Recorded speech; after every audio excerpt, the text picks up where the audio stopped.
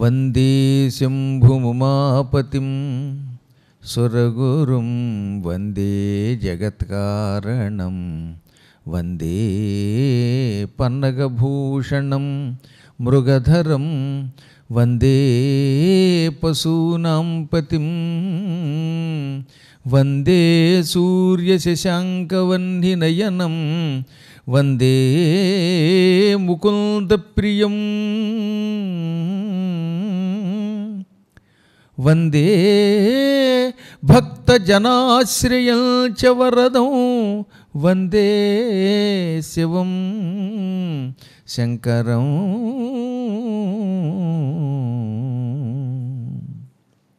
ఓం నమః శివాయ ఇతి నమః శివాయ.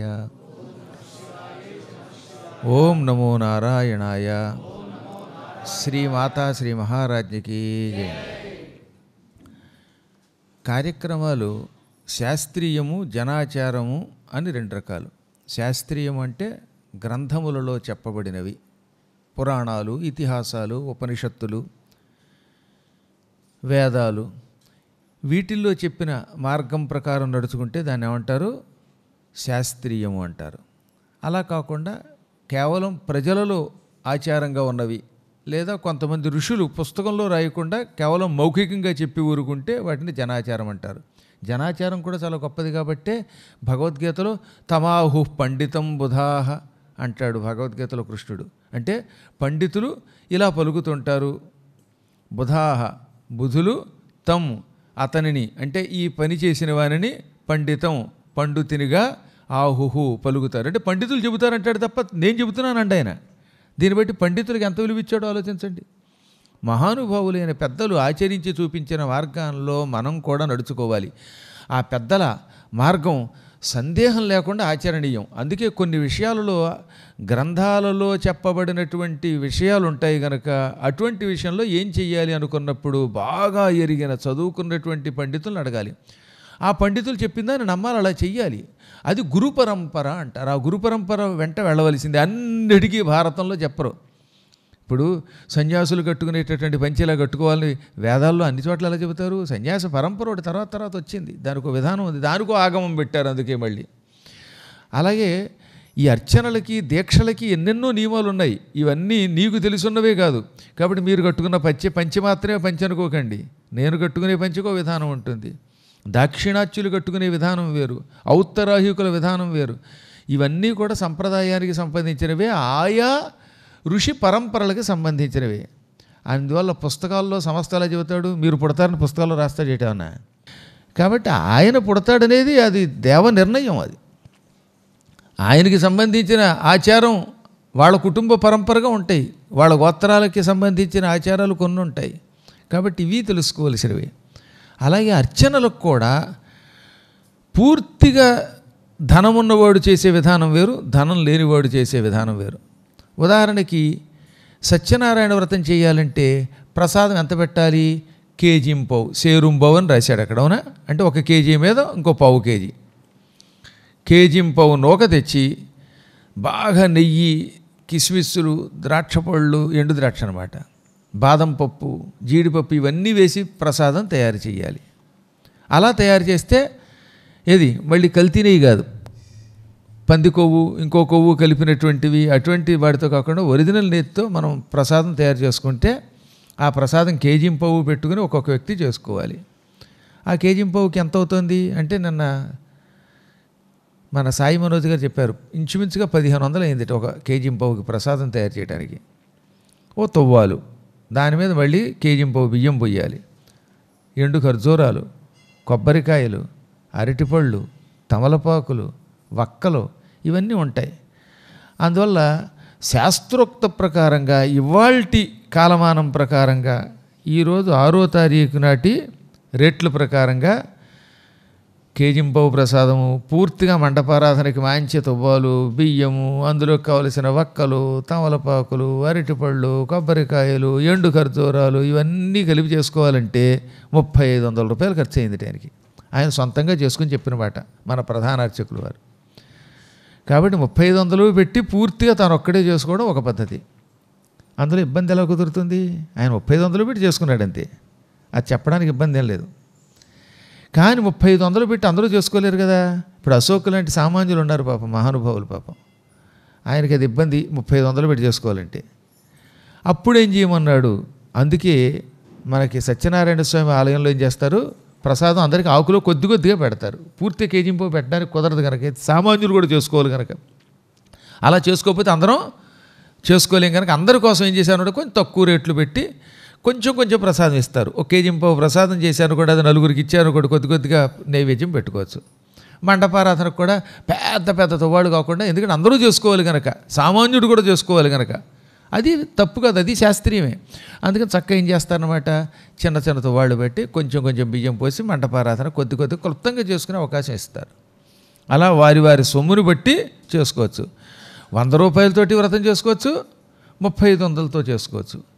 దక్షిణ ఉంటే 1 కోటి రూపాయలు ఇవ్వచ్చు, లేకపోతే 10 రూపాయలు చేతిలో పెట్టేవాళ్ళు కూడా ఉంటారు. ఆ 10 రూపాయలు కూడా బ్రిటిష్ వాళ్ళ కాలంలో ప్రింట్ అయినటువంటి 10 రూపాయల నోటు అనమాట. దానికి ఎన్నో అతుకులు బొంతలు ఉంటాయి, అవన్నీ డిబ్బీలోనే పడుతూ ఉంటాయిలండి.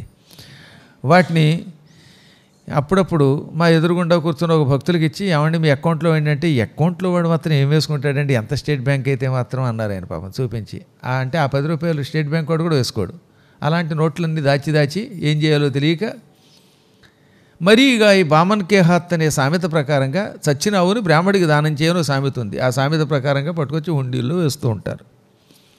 అవి పాపం అర్చక స్వాముల చేతిలో పెడుతూ ఉంటారు. సరే, అది నీ కర్మ, మరి ఏం చేస్తాం, తప్పదు కదా. మరి మొత్తం మీద 10 రూపాయలు ఇవ్వచ్చు, 100 ఇవ్వచ్చు, అది ఏదైనా. కాబట్టి సామాన్యుడికి చేసుకునే అవకాశం ఇచ్చారు పీఠంలో. పూర్తిగా 3500 రూపాయలతో చేసుకునేవాడు చేసుకోవచ్చు. ఏమీ లేనివాడు ఏముంది, చిన్న మంటపారాధన చేసుకుని తనకున్న క్లుప్తమైన ధనంతో కూడా చేసుకోవచ్చు. కాకపోతే క్లుప్తంగా చేసుకునేవాళ్ళు ఒక 5-6 10 మంది ఉంటే అర్చక స్వామి వాళ్ళకి సులభం చేయటం అనమాట.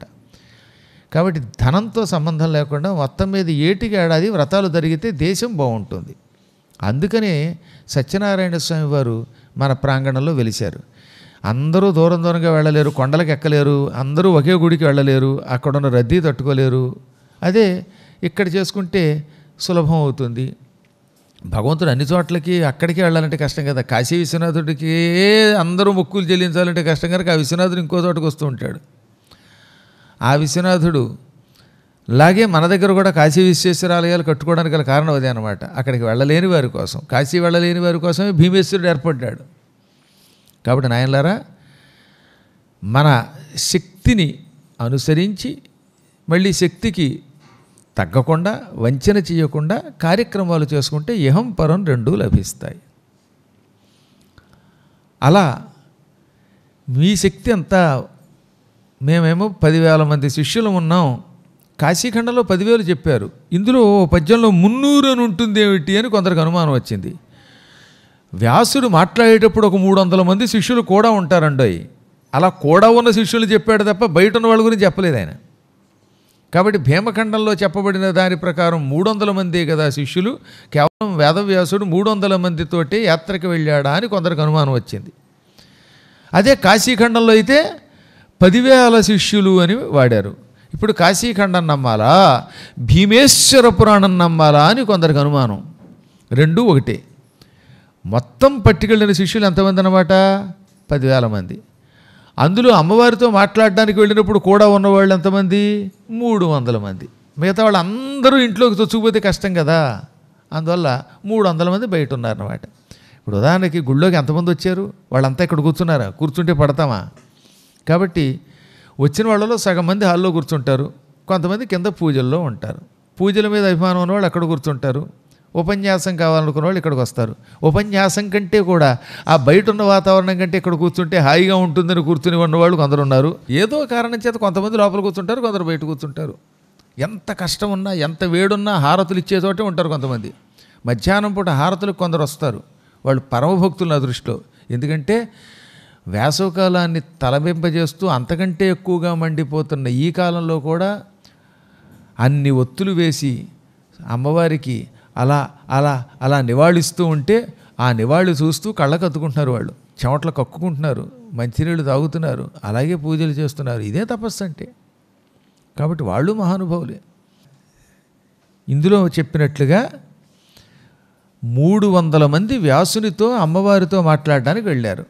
కానీ మొత్తం టోటల్గా అక్కడికి వెళ్ళిన వాళ్ళు 10,000 మంది అని కాశీఖండంలో చెప్పిన మాట నిజం. ఇంతమందిని నిన్న అన్నపూర్ణాదేవి లాంటి ఒక తల్లి చెప్పాం కదా భోజనానికి రమ్మన్నది. అన్నపూర్ణాదేవి లాంటిదేమిటండి, మనకి తెలుసు ఆవిడ అన్నపూర్ణని. కానీ వ్యాసుడికి అర్థం కాలేదు. ఆకలితో మాడిపోతూ కొండని పగలగొట్టేసి కాశీని శపించాలనుకుంటున్న సమయంలో ఒక ఇంటిలో ఉన్న ఒక ముత్తైదువ, ఒక 50 సంవత్సరాల వయస్సు కలిగిన పుణ్యాత్మురాలు, కొన్ని వెంట్రుకలు తెల్లబడి కొన్ని వెంట్రుకలు నల్లగా ఉన్నటువంటి ఆవిడ చెయ్యి చాచి రమ్మని పిలవగానే పరుగు పరుగున వెళ్ళాడు. ఆవిడ కాస్త మందలించింది. నాయన భోజనం పెడతానరా, పోన్లే పండితుడివి, నిన్ను తెప్పడం బాగుండదు అన్నది. అప్పుడు ఆయన ఏమన్నాడు, ఇన్నాళ్ళకి కాశీనగరంలోకి అడుగు పెట్టిన తర్వాత అన్నం పెడతాను రా నాయన అనే మాటలు విన్నాను, బ్రహ్మానందం కలిగింది నాకు. ఇన్నాళ్ళయ్యింది కానీ కాశీలో ఏ ఇంటి దగ్గర నుంచి రమ్మని పిలిచిన వాళ్ళు లేరు, మంచినీళ్ళు ఇచ్చిన వాళ్ళు లేరు, తలుపులు వేసుకుని చీపో అని తిట్టిన వాళ్ళే అయిపోయారు. 8 రోజుల తరువాత కడుపు నిండా అన్నం పెడతాను రా అనే నీ మాటలు విన్నాను. ఈ మాటలు నాకు అమృతం కంటే ఎక్కువ ఆనందం కలిగిస్తున్నాయి తల్లి, బ్రహ్మానందం కలిగింది. కానీ ఇక్కడే నాకు ఒక అనుమానం, మేము చాలామంది ఉన్నాం, ఈ 10,000 మంది శిష్యులకి అన్నం పెడతావా లేక నా ఒక్కడికే పెడతావా? నువ్వు ఎంత అన్నం మాకు పెడితే అంతే అన్నం మేము అందరం కలిసి పంచుకొని తింటాం, అది కొంచెం కొంచెం తింటాం. ఎందుకంటే ప్రసాదం పెట్టమని ఒక ఆయన అక్కడ పెట్టారట, పులిహార ప్రసాదం, ఆయన ఒక్కడే తినేశాడు. ఎందుకంటే చూస్తూ అందరికీ తలో గరిటి పెట్టడం ఎందుకులే, 100 గరిట్లు ఉన్నాయి, ఈ 100 గరిట్లు నా బొందలో వేసుకుందామని. అలా అదృష్టవంతులు ఉంటారండి కొంతమంది. 100 గరిట్లు పులిహార తిని కూడా ఏం తిన్నావంటే కొంచెం తిన్నానండి, కానీ రైల్వే స్టేషన్కి నడిచానండి, అరిగిపోయిందంటారు మహానుభావులు. పూర్వజనంలో బకాసురుడు భీముడి చేతిలో చచ్చిపోయిన తర్వాత మళ్ళీ వాడు రూపంలో పుట్టాడనమాట. వాడు ఎన్ని తిన్నా మళ్ళీ కాసేపు నాకు ఆకలిస్తూనే ఉంటుంది. నాకు ఒకసారి మండిపోయి 50 యాపిల్స్ పెట్టేస్తాను, తినిపించేశాను, బలాత్కారంగా తినిపించేశాను అనమాట. చాలు అన్నాడు. ఎప్పటిదాకా? 10 నిమిషాల దాకా చాలు, మళ్ళీ తర్వాత మళ్ళీ మామూలే. ఆఫ్టర్ 10 minutes మళ్ళీ మామూలే. అదొక అదృష్టం. అలా ఒక్కళ్ళే తినడం ధర్మం కాదు కదా. అందువల్ల ఈవు పెట్టిన భిక్ష మేమెందరమును పంచుకొని చేయువారము ప్రాణరక్ష. నువ్వు పెట్టిన భిక్ష మేమందరం కలిసి తలో కొంచెం పంచుకొని ప్రాణాలు నిలబెట్టుకుంటాం. నాతి అందరివి ప్రాణాలే కదా, నా ఒక్కడిదే ప్రాణం కాదు, నాతి అందరవియును ప్రాణములు కావే అన్నాడు ఆయన. అప్పుడు ఆవిడ నవ్వింది. అంతేవాసులు ఎంతమంది ఉంటే అంతమందితో రా, ఇంతే పెడతాను అనుకోకు, అంతేవాసులందరికీ ఎంతైనా పెడతాను, రండి.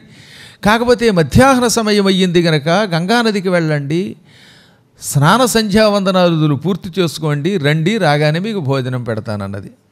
అమ్మయ్య అనుకున్నాడు ఆయన. అంటే అంతమందికి పెడతానది కదా, చూద్దాం ఆవిడ ఎంత బాగా పెడుతుందో, ఆవిడ సామర్థ్యం ఏమిటో అనుకుంటూ అందరూ పరుగున వెళ్ళారు. సాధారణంగా గంగానదికి వెళితే ఏం చేస్తారో, ఘాటుల్లో దిగ్గానే దబా అందులో దూకుతారు, స్నానాలు చేసి గంటైనా బయటికి రారు, మనం చూస్తూనే ఉంటాంగా. మళ్ళీ సందట్లో సడేమి అని కొంతమంది విశాలమైన కళ్ళు కలిగినటువంటి వాళ్ళు గురువుగారి కాళ్ళు చాలని ఆ కాళ్ళ మీద నీళ్లు వస్తారు. ఇక అక్కడి నుంచి అందరూ కాళ్ళ మీద పోస్తారు. ఈ గురువుగారిని ఎండలో నిలబెట్టి బయటకు కూడా కదలనివ్వరండి, ఆ రేవులో నిలబెట్టేసి చెంబులకి చెంబులు నీళ్ళు వేయటం. అసలు అక్కడ ఉన్నదే గంగ. ఆ గంగలో అప్పటిదాకా నా కాళ్ళు తడిసున్నాయి కదా, ఆ కాళ్ళ మీద నీళ్లు పోసి గోల్డ్ని పాడు చేశారు. ఇప్పుడు నా పరిస్థితి ఏంటంటే కాళ్ళు కడుక్కోద్దు అంటారు డాక్టర్ గారు పదే.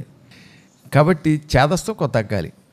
సాధారణంగా రేవుల్లోకి వెడితే స్నానం చేసి ఎక్కువసేపు సంధ్యావందనం చేసుకుని అక్కడ ఈతలు కొట్టి వస్తారు కదా.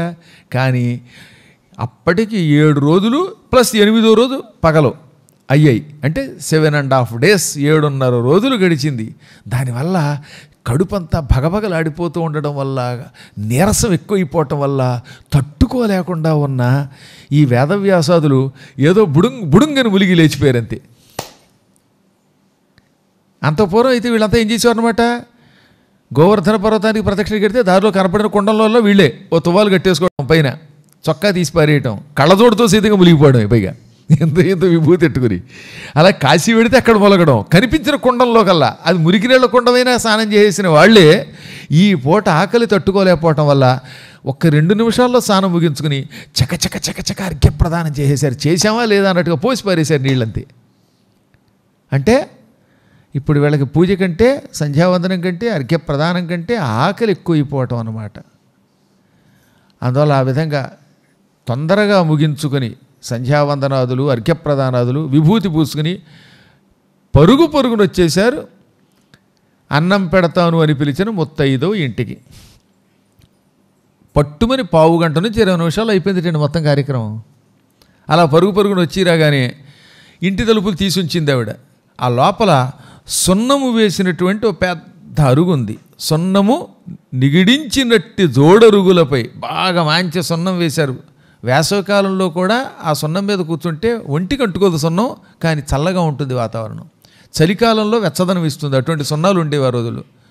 అలాంటి జోడరుగులు అంటే ఇటు అరుగు ఇటు అరుగు, మధ్యలో వడ్డం చేసుకోవచ్చు.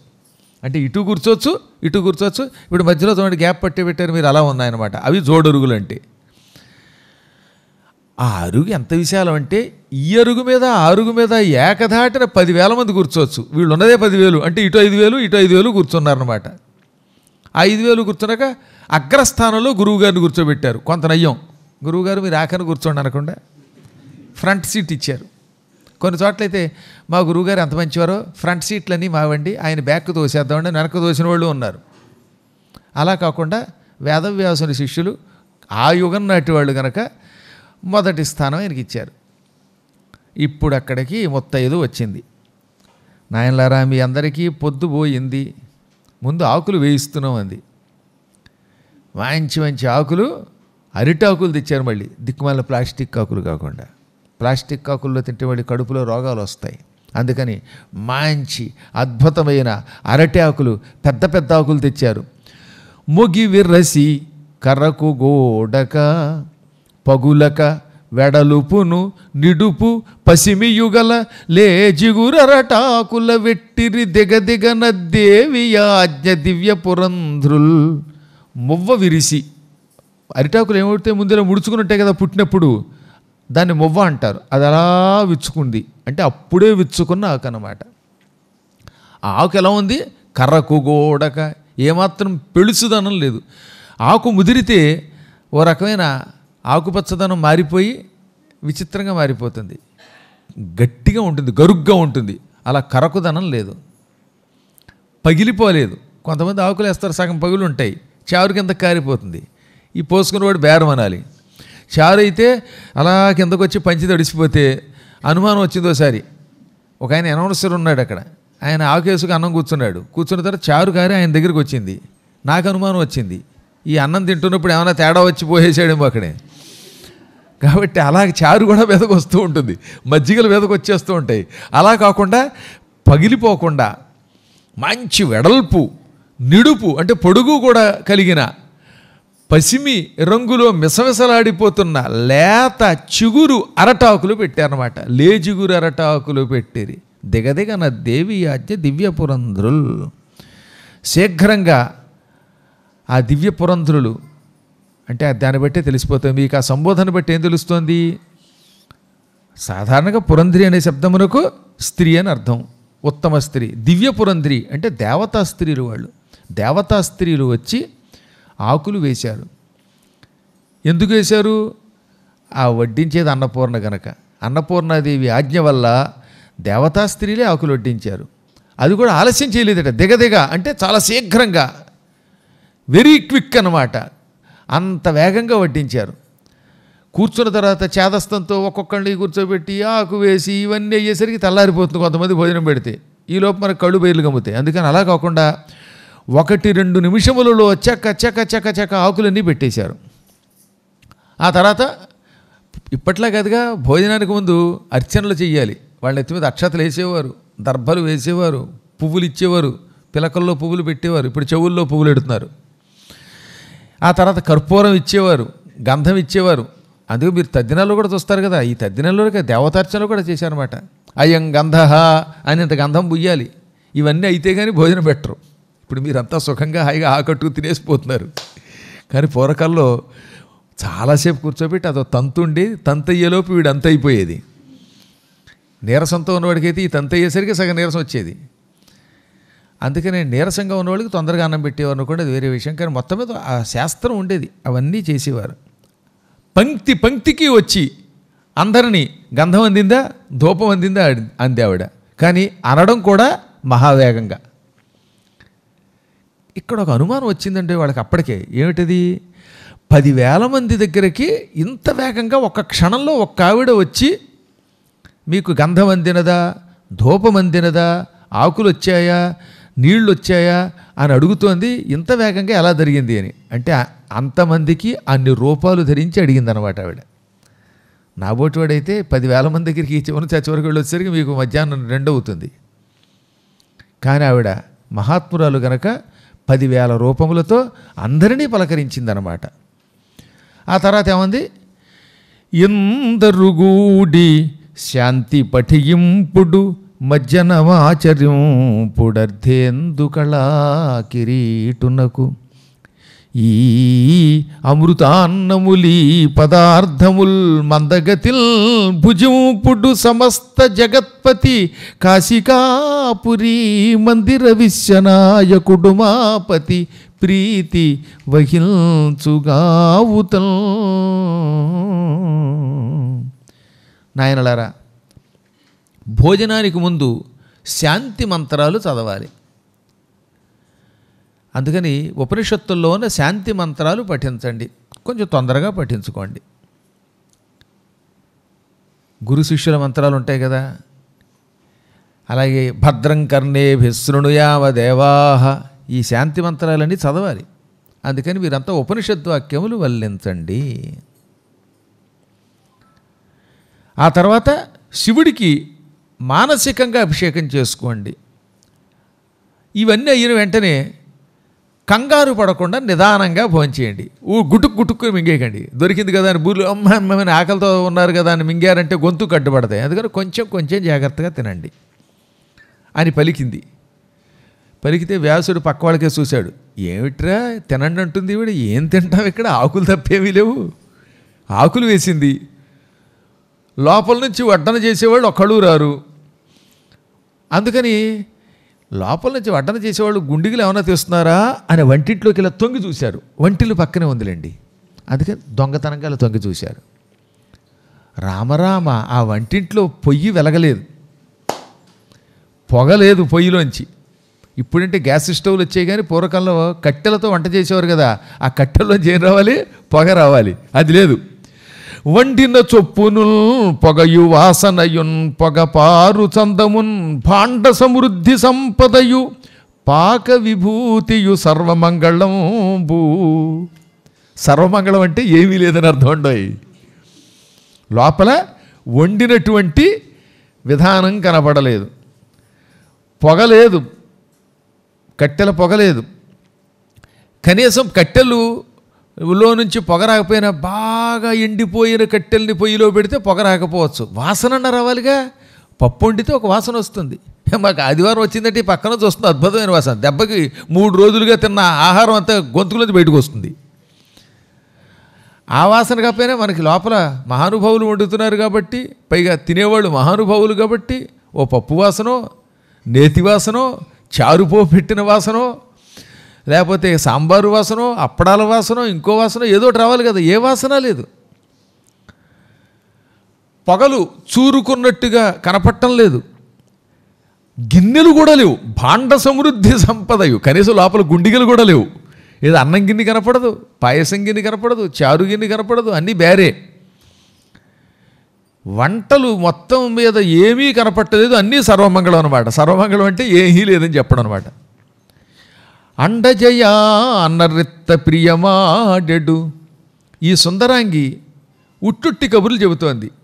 భోజనానికి రమ్మని పిలిచి కూర్చోబెట్టి ఆకులేసి తినండి తినండి అంటుంది. ఏమీ కనపట్టం లేదు. కాబట్టి ఈవిడ అసత్యం ఆడుతోంది. నేడును భోజనంబు లేకుండుట కాననయ్యే. ఈరోజు కూడా భోజనం దొరకకపోవటం ఖాయం, సందేహం లేదు. లోపలికి చూస్తే మాత్రం ఏం కనపడటం లేదు కనుక ఈ పూట కూడా మనకి భోజనం లేకపోవడమే కనపడుతున్నది. మనకి భోజనం లేదు. అసితోత్పలగంధియు ఏమి మాయయో. అసలు ఈవిడ చూస్తే ఈవిడ కూడా మాయలా కనపడుతోంది. ఈ మాట్లాడేవాడు కూడా మాయాస్వరూపిణి. నిజంగా అమ్మవారు మాయే కదండి, మహామాయా స్వరూపిణి. యాదేవి సర్వభూతేషు మాయారూపేణ సంస్థిత. ఆవిడే మహామాయ. అమ్మవారి గురించి సప్తశతిలో మహామాయా ప్రయచ్చతి అంటారు. వైష్ణవమాయ, జగన్మాయ. అందువల్ల ఈవిడ కూడా మాయేమో. మాటలు మాయ, వంట మాయ, ఈవిడే పెద్ద మాయ, వెరసి ఉత్తమాయ. చూద్దాం. పైకి కబుర్లు చెప్పి ఆకులు వేసి అన్నం తినండిరా అంటుందా? అన్నం పెట్టకుండా ఏం చేస్తుందో చూద్దాం. అన్నం పెట్టకపోతే అప్పుడే చూస్తాను అని లోపల కసికసిలాడిపోతున్నాడు. మళ్ళీ అంతలోనే అనుమానం వచ్చింది. ఇంతమందిని కూర్చోబెట్టి శాంతి పాఠం చదవండి, శివుణ్ణి అభిషేకించుకోండి, కడుపు నిండా తినండి అని చెబుతున్నావిడ మిథ్యా సృష్టి అవుతుందా? ఉట్టినే మనల్ని కూర్చోబెట్టి ఏడిపించవలసిన అవసరం ఎందుకు వచ్చింది ఈవిడికి? ఇప్పుడు అన్నం పెట్టలేకపోయారు అంతే కదా. ఇంట్లో కాశీలో చాలామంది ఉన్నారు, వాళ్ళంతా గెట్అవుట్ అన్నారు. ఈవిడు కూడా అలా పొమ్మనాలి కదా. పొమ్మనకుండా ఉత్తినే కూర్చోబెట్టి అసత్యాలు ఆడవలసిన అవసరం ఆవిడికి ఏం వచ్చింది అని మళ్ళీ అనుమానం వచ్చింది. నిజంగా చెప్తాను, ఆకలికి మాడిపోతున్నప్పుడు ఈ చందం చూడగానే ఇన్ని రకాల ఆలోచనలు వచ్చేటి వాళ్ళందరికీ. కానీ ఈ దివసంబును నిన్నటి ఎట్లగాక, కానీ ఈ దివసంబునునే నిన్నటి ఎట్లగాక, ఏమనగనపో సానంబులు వడ్డిల్చిరి మానవతీ జనులు లీల మహిది విజులకును.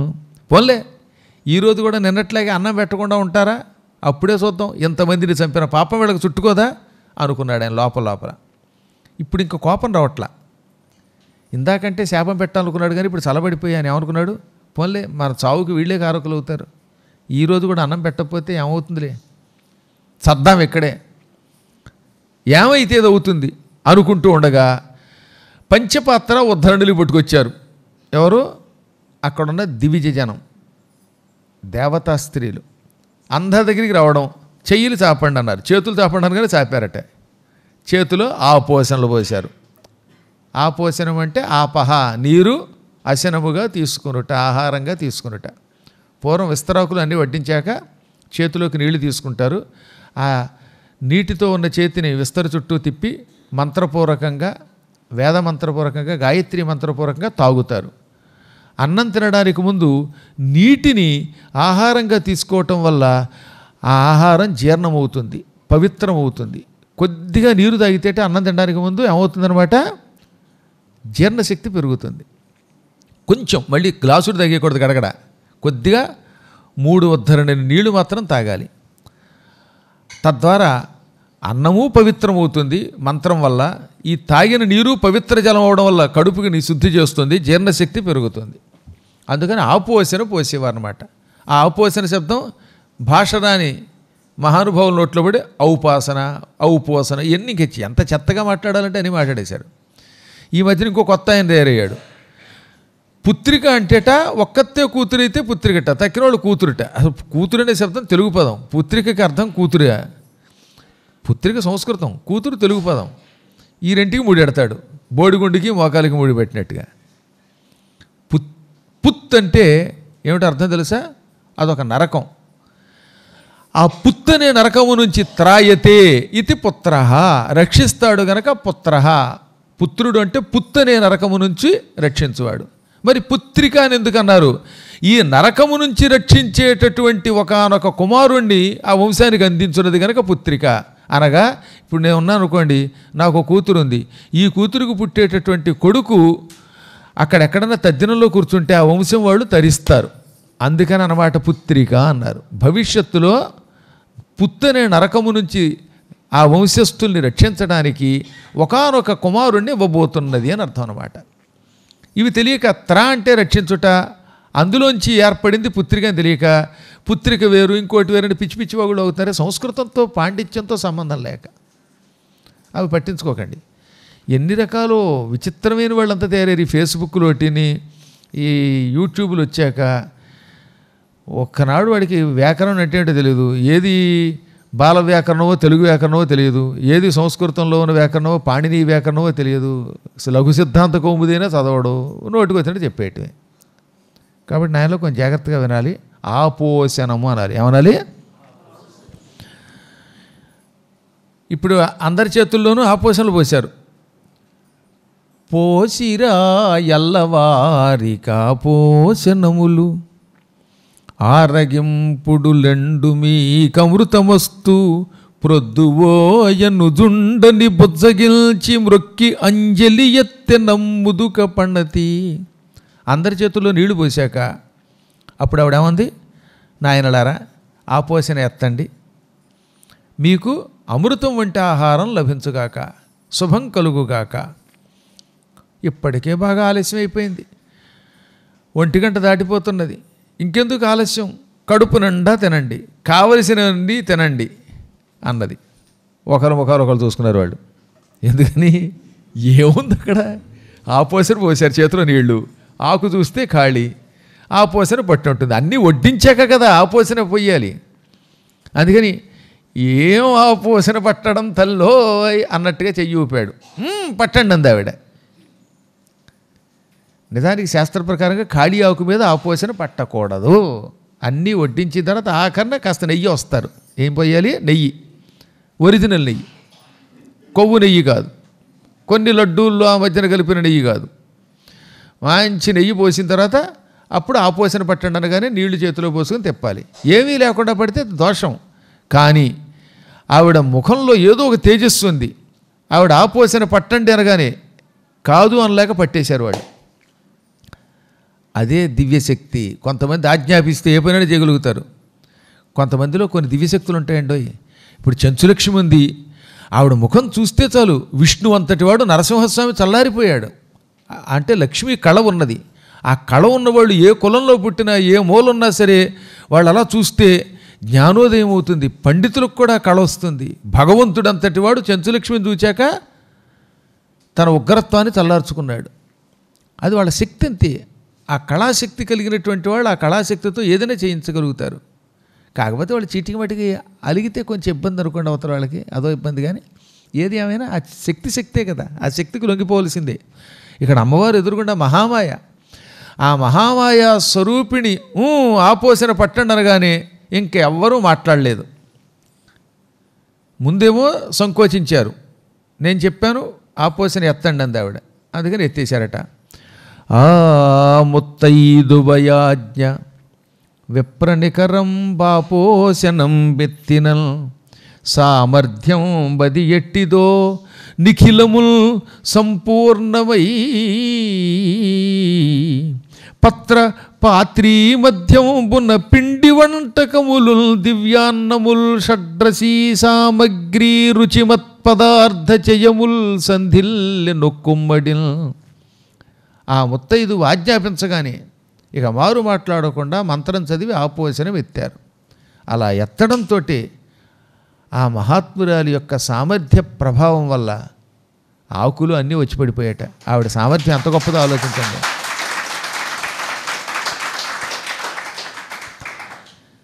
అందుకే అక్కడన్నాడు, ఆవిడ గొప్పతనం ఎటువంటిదో మేము ఊహించలేకపోయాం, తర్వాత తెలిసింది. కానీ ఆ మహాత్మురాలు ఆపోసిన పట్టు అనడంతో ఒక్కసారిగా నిఖిలమున్ అంటే అది ఇది అనడానికి లేకుండా సమస్త పదార్థాలు కూడా ఆకులోకి వచ్చి పడిపోయాయి.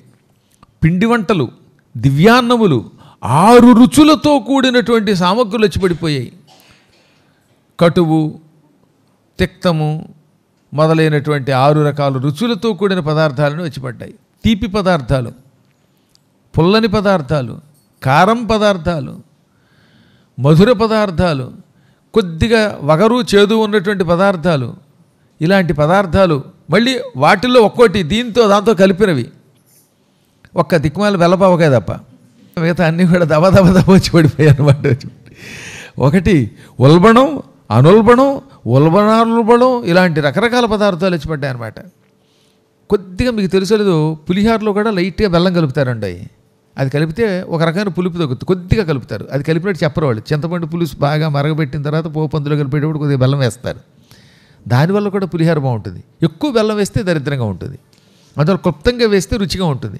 అటువంటి పదార్థాలు అన్నీ వచ్చి దబ్బ పడిపోయాయి. పప్పు, పిండి వంటలు, పాయసములు, నేతులు, గుడం అంటే బెల్లం ముక్కలు కూడా వేసేవారండి. ఇప్పుడంటే ఈ బెల్లాలన్నీ కృత్రిమం. కానీ పూర్వకాలంలో మంచి ఒరిజినల్ బెల్లం తయారు చేసేవారు. ఆ బెల్లాన్ని నేతిలో ముంచుకు తినేవారు. అందుకే ఇక్కడ ప్రత్యేకంగా ఘృతంబులున్ గొడముల్ అన్నారు. ఒకటేమో పప్పుట, తర్వాత పిండి వంటలు, పాయసముల్, ఘృతముల్, గొడంబులున్, కుప్పలుగా ఏకంగా కుప్పల కుప్పల కింద పడ్డాయి. మళ్ళీ ఏదో ఇంత బెల్లం ముక్క తింటేనే మన పని అయిపోతుంది. నేను చెప్పాను, నాకు ఒక శిష్యుడు ఉన్నాడు, వాడికి ఇస్తే ఓ 25 కేజీల బెల్లం నేతిలో ముంచుకు తింటాడు, మళ్ళీ మధ్యాహ్నం భోజనానికి రాగలడు. అదొక అదృష్టం. అలా కుప్పలు కుప్పలుగా వచ్చి పడ్డాయి. ఇక భోజనంలో అన్నం అయితే మంచి నివార ధాన్యం, శ్యామాక ధాన్యం వంటి ధాన్యాలతో తయారు చేసిన తెల్లని అన్నం, పచ్చకర్పూరం మొదలైన వేసిన లడ్డూలు, కమ్మని తాలింపులు పెట్టినటువంటి చారులు, ఇటువంటివన్నీ వచ్చి పడ్డాయి. వీళ్ళకి ఆకలి అంతకంతకి పెరిగిపోయింది. ఆపోషణలో శక్తి ఉందండోయ్. అందువల్ల 7 రోజులు అయితే గ్యాస్ ట్రబుల్ వస్తుంది మీకైతే. అంటే అఫ్కోర్స్ మీకు అనకూడదు, నాకు అనుకుందాం, ఎందుకంటే మీరు ఆరోగ్యవంతులేమో మాకేం తెలుసు మీ శక్తి. కానీ ఎక్కువసేపు తినకపోతే కడుపులో వాయువులు తయారవుతాయి. ఆ రోజుల్లో వాళ్ళకి ఆ దౌర్భాగ్యపు రోగాలు లేవు. పైగా ఆవిడ ఇచ్చిన నీళ్లు తాగారుగా ఆపోసినా దాంతో గ్యాస్ ఎక్కడుంది, అసలు లోపలికి వెళ్ళడంతో భస్వం అయిపోతున్నాయటే. భారతంలో రాస్తాడు, భీముడు బెల్లపు అచ్చులు దెమ్మల కింద ఇచ్చారట, నెయ్యేమో కుండలతో ఇచ్చారట. ఈ బెల్లం తినేయడం, నేతికొండతో నెయ్యి తాగేయడం, ఏది మంచినీళ్ళు తాగినట్టుగా 18 కుండలు నెయ్యి గడగడ తాగాడు ఆయన. తెలుసా? కొండ మీ మొహం మండ అన్నట్టుగా తాగేశాడు. అది తాగిన తర్వాత ఏమో బెల్లపచ్చులు తిన్నట్ట. అలా ఇస్తూ ఉంటే అనంత బలం వచ్చింది.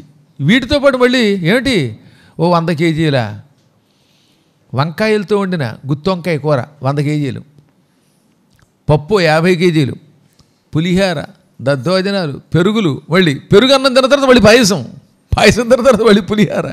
ఇవన్నీ తిన్న తర్వాత బకాసురుడు కోసం ఏం చేశారు, మొత్తం ఓ బండి నిండా నింపేశారు సామాను. ఆ సామాను పట్టుకెళ్ళి ఏది భోజనం అయిన తర్వాత బకాసురా అని పిలిచి వాడు వచ్చేలోపు ఖాళీగా ఉండడం ఎందుకని మళ్ళీ తినేశాడు బండిలో కూర్చొని. దాంతో బకాసుడికి వండిపోయింది. వీపు మీద గుద్దు గుద్దాడు. గుద్దితే పక్కకి తిరగలేదటండి. ఒరే ఐ డోంట్ కేర్, ఫుడ్ ముందు నువ్వు ఎన్ని బెడ్డలతో కొట్టినా సరే ముందు తిండి తినకుండా వెనక్కి తిరగనని వాడు గుద్దిన పట్టించుకోకుండా అన్నం తిని యమునా నదిలో శుభ్రంగా నీళ్లు తాగి కాళ్ళు చేతులు కడుక్కుని అప్పుడు రారా అని యుద్ధానికి వెళ్ళాడు. సాధారణంగా ఈ తిండి తింటే నిద్రపోతాం మనం, ఆయన నిద్రపోలేదు. కాబట్టి ఎంత తప్పుడు సినిమాలు తీశారో ఆలోచించండి. మత్తు వదలరా అని పడుకుంటే నేను లేపాడా కృష్ణుడు. అసలు కృష్ణుడికి ఆయనకి అప్పటికి సంబంధం ఉందా? పెళ్ళి అయిన తర్వాత ద్రౌపది స్వయంవరంలో కృష్ణుడు చూశాడు. అప్పటిదాకా కృష్ణుడు, భీముడు, పాండవులు ఒకళ్ళొకళ్ళు చూసుకోలేదు. చూడండి ఎంత అన్యాయంగా తీస్తున్నారో పిచ్చి సినిమాలు. సినిమాలు చాలా బాగుంటున్నాయి, పైకి పాటలు బాగుంటున్నాయి, కానీ కల్పితం ఎక్కువైపోయాయి. అలా కల్పితం చేయకూడదు. సరే అదో పక్కన పెట్టండి. కానీ అందువల్ల వీళ్ళంతా శుభ్రంగా అన్నీ తిన్నారు. ఆకటి చుచ్చు పెచ్చునన్, ఆకలి అంతకంతకి పెరిగిపోతూ ఉంటే కడుపారా తినేశాడు. అప్పుడు వాళ్ళకి అనుమానం వచ్చింది. ఎందుకని? ఆపోసన ఎత్తగానే వడ్డన ఎవరూ చేయకుండానే వరుసగా పిండి వంటలన్నీ వచ్చి పడిపోతున్నాయి. 84 రకాల కూరలు, 10-12 రకాల పులుసు పదార్థాలు, ఇంకా అన్నాలైతే కట్టు పొంగలి, దద్దోజనం, పాయసాన్నం, చక్కెర పొంగలి, గుడాన్నం, ఇవన్నీ వచ్చి పడిపోతున్నాయి కదా. ఇవన్నీ తమంత తామే వస్తున్నాయి. అందుకని సందేహం లేదు, ఈవిడ సాక్షాత్తు అన్నపూర్ణే అనుకున్నారు. తరుణి ఇది అన్నపూర్ణ పరమేశ్వరిగా నియతర భామినిగాదం చరవాయి గొనక మెసగిరి పరమమునీశ్వరులు పంచభక్ష్యాన్నములను. ఈ స్త్రీ సాక్షాత్తు అన్నపూర్ణాదేవియే తప్ప సామాన్యురాలు కాదు. అందువల్ల అన్నపూర్ణాదేవి మారువేషంలో వచ్చి మనందరికీ రకరకాల పిండి వంటలు పెడుతూ ఉంటే ఇంకెందుకు మొగమాటం, శుభ్రంగా తినేద్దాం, మొగమాటం విడిచిపెడదాం అనుకున్నారు వాళ్ళంతే. అంత ఎంతో మొహమాటం లేకుండా ఎవరుంటారులేండి. కానీ అన్నీ విడిచిపెట్టి వాళ్ళు నిశ్శంకగా తినేశారు, సంకోచం లేకుండా తినడం మొదలెట్టారు. ఎన్ని రకాల పదార్థాలంటే అసలు అవన్నీ ఇప్పుడు తినలేరు, ఎవరి వల్ల కూడా కాదు, తినడము కాదు, అవి వడ్డనా చేయలేరు. ద్రాక్ష పానక నారికేళములతో రంభాఫల శ్రేణితో గోక్షీరంబులతో మండెగల్లతో క్రొన్నేతితో పప్పుతో అక్షయ్యంబగు ఏరు ప్రాలకలమాహారంబు నిశంకతన్ కుక్షుల్ నిండగ నారగిల్చితిమి అక్షుద్రక్షుధా శాంతికిన్. ఇక ఎన్ని పదార్థాలు, అంతకంతకి ఆకలి పెరిగిపోతూ ఉంటే, క్షుద్రము అంటే తక్కువ, అక్షుద్రం అంటే ఎక్కువ. అక్షుద్రక్షుధ అన్నాడు ఆయన, అంటే తక్కువ కాని ఆకలి, ఎక్కువైపోయిన ఆకలి. ఆ ఆకలి తీరడం కోసం కుక్షి నిండేలాగా తిన్నారు, తింటూ తాగుతున్నారు, తాగుతూ తింటున్నారు. ఏమేమిటో ద్రాక్షాపానకములు. ముందు ద్రాక్షరసం, మంచి రుచి కలిగిన ద్రాక్షరసం. మళ్ళీ నిలవబెట్టినటువంటి మా పార్థసారథి గారి డిపార్ట్మెంట్ ద్రాక్షరసం కాదు, ఒరిజినల్ ద్రాక్షారసం. అవి పోసి పారేస్తుంటే గ్లాసులు గ్లాసులు తాగేశారు. నారికేళ్లములతో కొబ్బరి ముక్కలు కూడా వేశారట. అంటే వ్యాసుడికి దగ్గురాదు, కొబ్బరి తింటే గొంతుకు పోదు, అందుకని శుభ్రంగా కొబ్బరి ముక్కలు. రంభాఫల శ్రేణితో అరటిపళ్ళు, ఇంతంత అరటిపళ్ళు పడి, మంచి చక్కెరకేడి అరటిపళ్ళు, పచ్చరటిపళ్ళు, ఇంతంత పెచ్చరటిపళ్ళు కాదు, అటువంటి అరటిపళ్ళతో గోక్షీరంబులతోడ ఆవు పాలు కూడా, ఏది పాయసం కాకుండా విడిగా ఆవు పాలు కాచి అందులో కుంకుమ పువ్వు వేసి పటికి బెల్లం వేసి పెట్టేవారు పూర్వం భోజనాల్లో. భోజనం చేస్తున్నప్పుడు మధ్య మధ్యలో మంచినీళ్ళు బదులుగా కాస్త పాలు తాగేవారు. మంచినీళ్ళు తాగితే ప్రభాతం గారు, పాలు తాగితే మంచిది.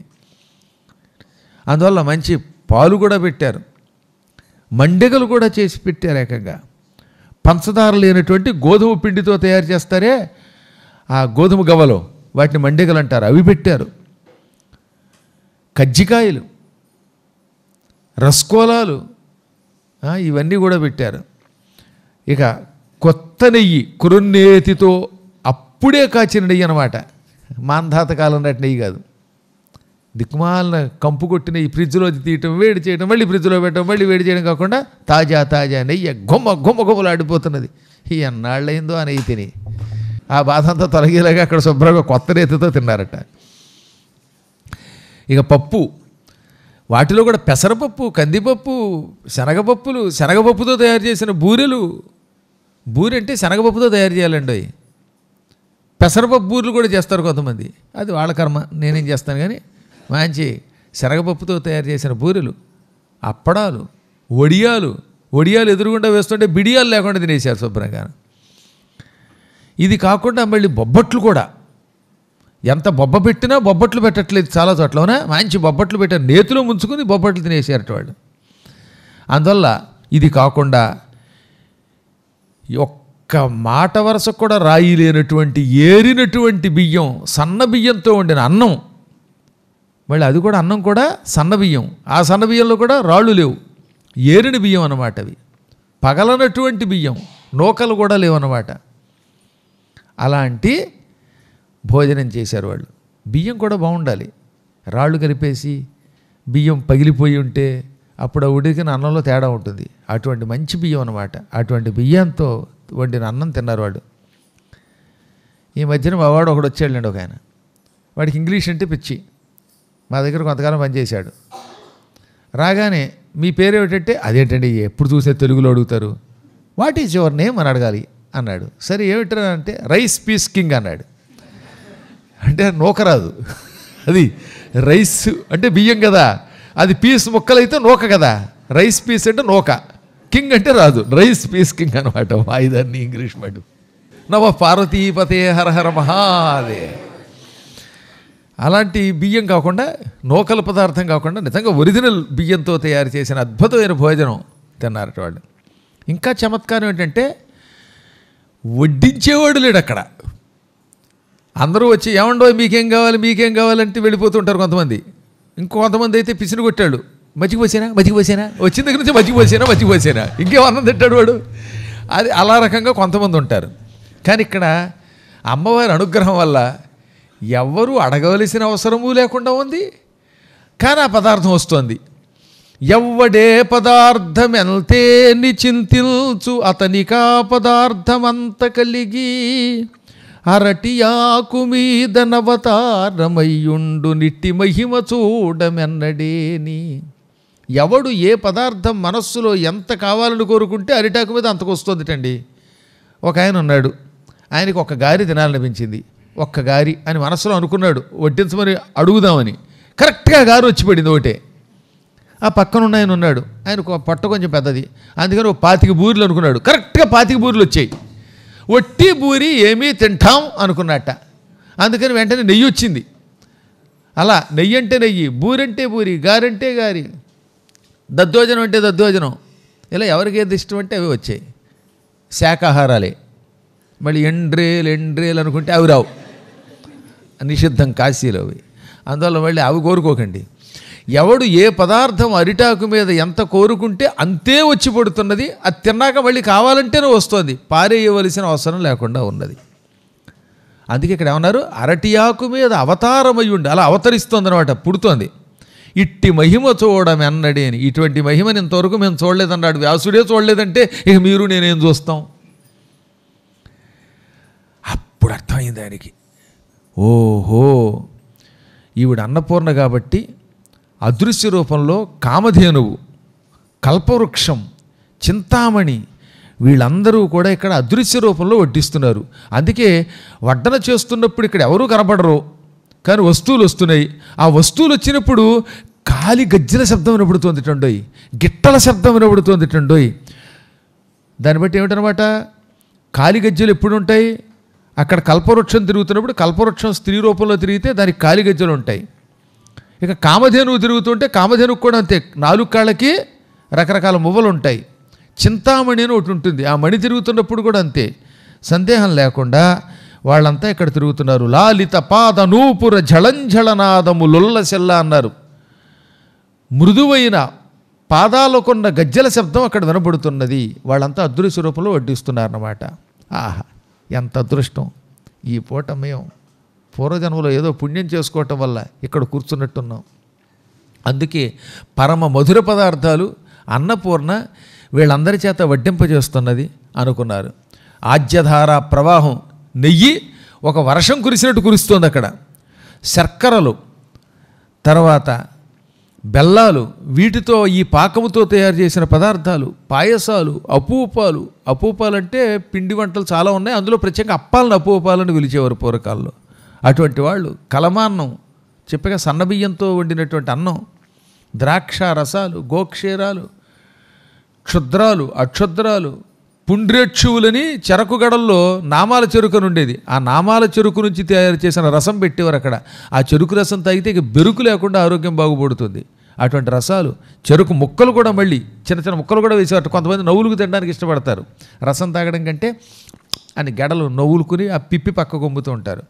మామిడి పళ్ళు, రంభాఫలాలు ఒకటే అటండి. ఓ ప్రపంచంలో ఏ మూల ఏ పదార్థం ఉంటుందో అవన్నీ అక్కడికి వచ్చి పడ్డాయి. హమ్మయ్య అనుకున్నారు వాళ్ళు. ఇక పెరుగన్నం తినాలి. ఆ పెరుగు ఎటువంటిది? మంచి గేదె పెరుగు. పైగా ఆ పూట ఆవు పెరుగు కాకుండా గేదె పెరుగు వేశారు. తెల్లని పెరుగు. మహిషంచ శరచంద్ర చంద్రికా ధవళందది. గేదె నుంచి బయటకు వచ్చినటువంటి తెల్లని వెన్నెల వలె కాంతి వెదజల్లుతున్న పెరుగు. ఆ పెరుగు చూస్తే వెన్నెల్లో ఉందన్నమాట, అంత తెల్లగా ఉందన్నమాట. ఆ పెరుగన్నం తింటూ ఉండగానే వీళ్ళు ఇంకా భోజనం పూర్తి చేసి చేతులు కడుక్కునే సమయం ముందు అక్కడికి ఒక ఆయన తన భార్యా సమేతంగా వేయించేశాడు.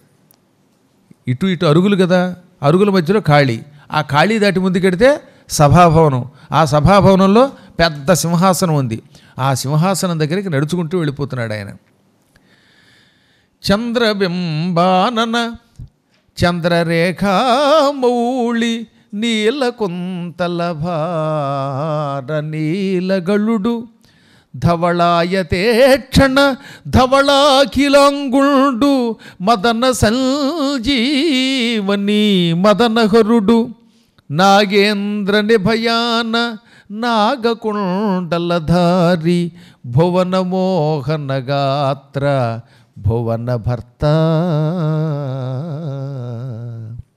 గిరిరాజ కన్యక గిరిరాజ నిలయుండు సర్వాంగ సుందరి సర్వగురుడు గౌరి శ్రీ విశ్వనాథుండు కనకరత్న పాదుకలు మెట్టి చట్టలు పట్టికొనుచు ఏగుదెల్చిరి ఒయ్యార మెసక మెసగా విహరణ క్రీడ మాయున్న వేదికపుడు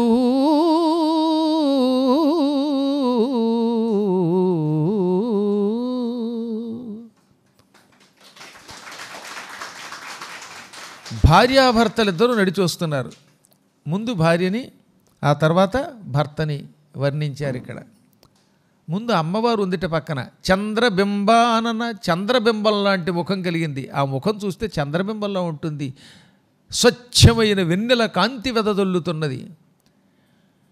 కాబట్టి ఆవిడ చంద్రబింబం వంటి ముఖం కలిగినది. ఆయన చంద్రరేఖ మౌళి, చంద్రరేఖ శిరస్సును ధరించినవాడు. జటాజూటంలో చంద్రుడి యొక్క రేఖని ధరించాడు, జాబిలి రేఖ ధరించాడు.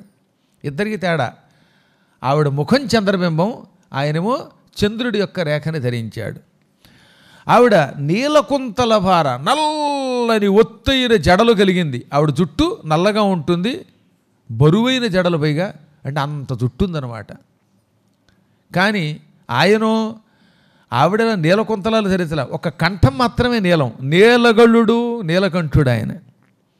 ఆవిడ తెల్లని కళ్ళు కలిగింది. ఈ తెల్లగుడ్డు మరీ తెల్లగా ఉంటుంది. తామర పువ్వు, తెల్ల తామర పువ్వు రేకులో ఉన్న కళ్ళు కలిగినది.